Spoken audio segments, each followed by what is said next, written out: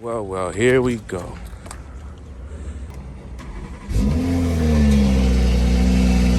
So, gonna look down here.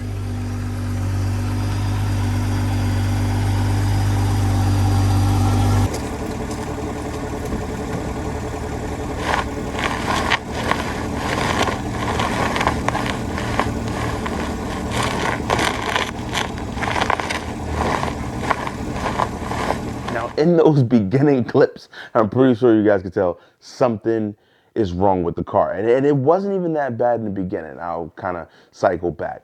All right, guys, I'm gonna try to make this as quick as possible. So before we get started with this video, guys, be sure to drop a like down below. Likes really do help out the videos with the algorithm and all that extra stuff like that. I haven't really been too much into the algorithm, and sometimes I can, care less if some people would say negative or whatever kind of things like that. But guys, definitely from the help of the channel, like the videos because it just promotes it a lot better. Quick update on the G80. It is officially at the Port of Baltimore. I spoke to the dealer. I was supposed to get it last Friday, and then they informed me, well, it's still at the port. It has yet to be shipped. It's stop sale due to a RAM module missing. I looked up RAM module. I think it functions something like an amplifier for the car. I know exactly where it goes.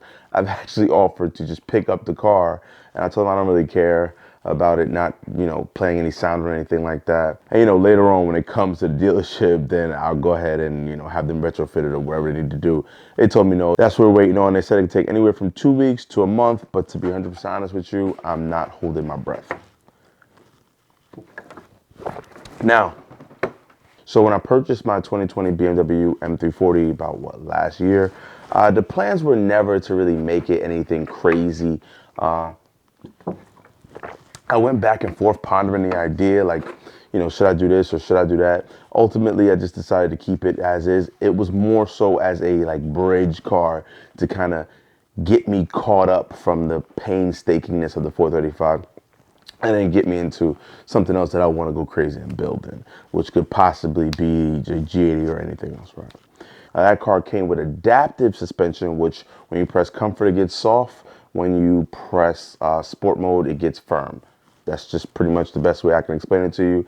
It uses electronics to do stuff like that. It's not a passive setup, which is just fixed dampening, and yeah, you go on your merry way. If you want to swap that out for like an aftermarket performance coilover system or whatever the case may be, you do need a delete kit or you'll have some type of malfunction. Either way, you're still not able to control dampening from the buttons. So I did not intend on doing that at all. I didn't even want a severe drop, something modest. And like I said, it's a brand new car, financed it, and I didn't want to make it extremely unreliable. So I went with the company Dynon. And Dynon offers a bunch of things on the website, and one of those things were the monoball kit and the spring. So I got that all packaged up all together, and I installed it on the car. The ride height wasn't too bad, not like an H&R Super Sport, or not even like an H&R Sport if you ask me, honestly. But it brought the height down perfectly, made the ride perfect. It just fine-tuned it and made steering a little bit, how do I say it, like sharper, or like predictable. Some vibrations from the road did get transferred through the steering wheel from the monoball kit. However, that's kind of what my goal was. I wanted to feel just a tad bit more connected to the road. Now, I've been to dealerships like Rally BMW where they have a side of it where they just sell Dynon parts. And Dynon, they work really close with BMW and they warranty their products just the same length as the BMW warranty. So if you would buy a Dynon product and install it on your BMW, from the dealership, and there's a bunch of little, I guess, like things that you have to do, like get installed by the dealer and stuff like that. You take it to the dealership, they'll look, tell them, hey, listen, they're Dynon. They go, okay, we'll swap it. Because I guess they can kind of tell that it wasn't the part that made it malfunction. It was just maybe some type of defect and everything. Dynon has changed. The company has sold, I think, like 1 million times. And the guy who owned it before, I think Steve Carbon, he has his own company, whatever. So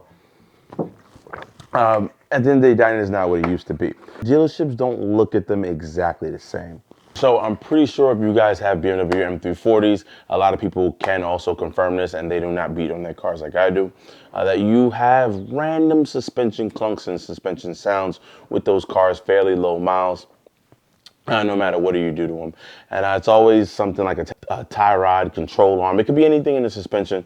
Honestly, forums point to like the whole thing. Like everybody has gotten, now people have gotten things changed from tie rods to steering rack. So it's like, yeah, the list goes on, right?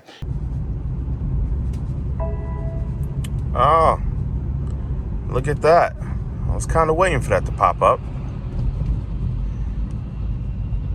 So this happens. Hopefully there's not a cop behind me with those I think it is a cop with those lights. We'll see in a second if he pulls me over, but that's what I wanted to show you guys right here. Some type of chassis malfunction. So driving down the highway, pretty sure you guys noticed some malfunctions popped up on the screen. That's exactly what happened to me, and the suspension got really, really firm. You guys can tell this is, and it's like, come on, you can do it now. Drive the car. And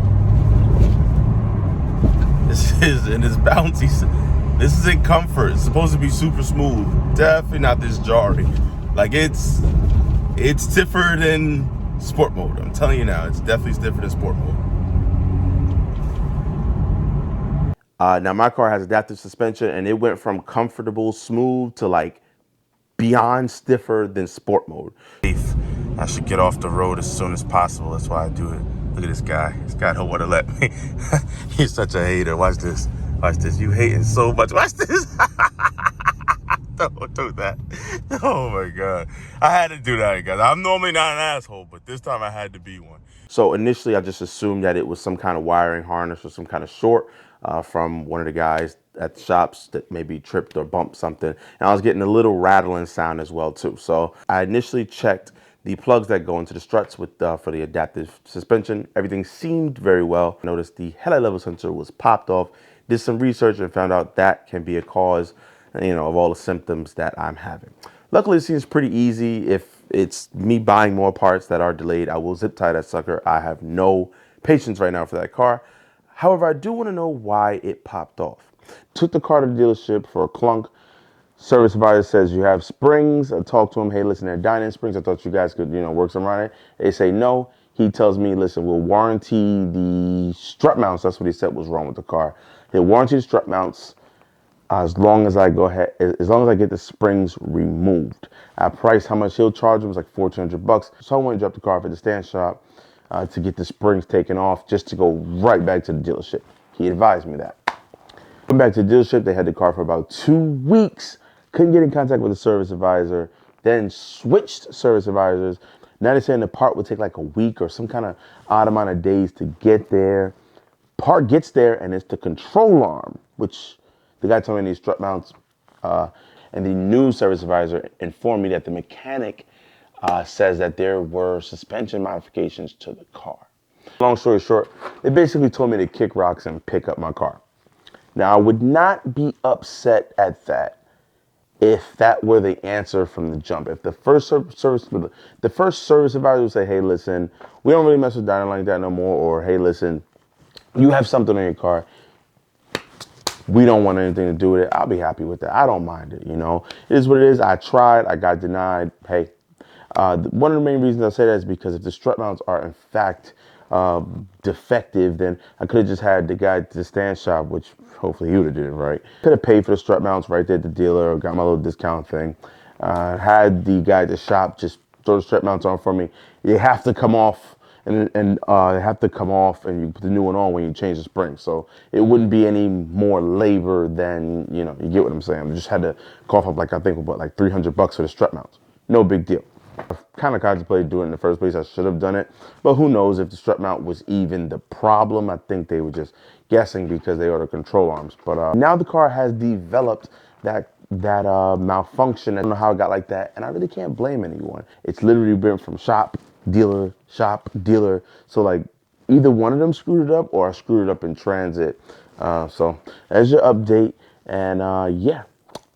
Pretty sure a lot of you guys thought that I meant they denied the trade-in, because I know a lot of you guys be hating. Oh my God, Mike did all of this stuff to the car and he made it a lemon and he's doing donuts and burnouts. Listen, At the end of the day, it is what it is, man. I paid for the car. I'm going to use the car. Pay for the whole car. I'm going to use the whole car. The reason why used cars are cheaper than the new ones, except for like in this market, is because they anticipate stuff like that. When dealerships take your cars on trade-ins and they lowball you, they're just covering themselves to make sure, okay, no. They're just trying to beat you in the head. But the idea of it is they're trying to cover themselves if, you know, they need to pay for repairs and stuff like that.